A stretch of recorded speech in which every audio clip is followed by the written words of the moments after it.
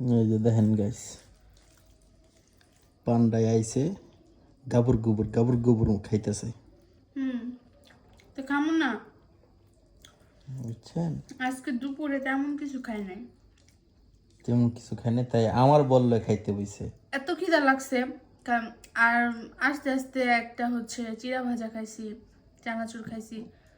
বাইরের জিনিস তো খাই না, মানে খোলা জিনিস, কিন্তু ক্ষুধা যাইতাছেই না। আইসা তাতে কোনো মতো ফ্রেশটা ওয়া, এই যে এটার গামলায় দেখেন খাইতেছে, দেখছে? স্বাস্থ্য কি ওর পারবো না আমার পারবো, খালি কয় অনেক আমারে। খিদা লাগছে ভাই। আমি সারাদিন না খায় থাকতে পারি, কিন্তু সন্ধ্যার পর আমি না খায় থাকতে পারি না। তুমি পারবো টাকা সেভ করতে। এটা আমার অভ্যাস হয়ে গেছে, সারাদিন না খায় থাকি, হুম। সন্ধ্যার পর অনেক ক্ষুধা লাগে। সে রোজা রাখলে তো পারো একদম, সে আর তোমার দেখছো ফজর আমার খাইবে। মানে বাসায় এসে রান্নাও করতে হয় না, কারণ আম্মু যেদিন দেরি হয়, আসতে দেরি হয়, আম্মু রান্না করে রাখে। আইসাই রেডিমেড খাবার দেখাইতেছি। কি কি দেখাইতেছো দর্শককে একটু বলো। একটা হচ্ছে লইট্টা শুটকি ভাজি করছে আম্মু, তারপরে হচ্ছে মাছ দিয়া সবজি দিয়া রান্না করছে,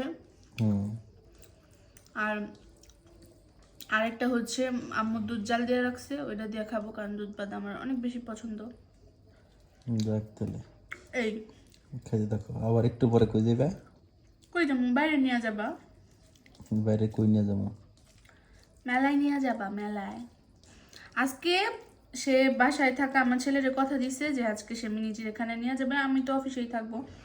সে হচ্ছে ঘুম থেকে উঠে ফ্রেশ হয়ে ছেলে নিয়ে যাবে। তো আছে মানে ও ইচ্ছাকৃতভাবে করে নাই।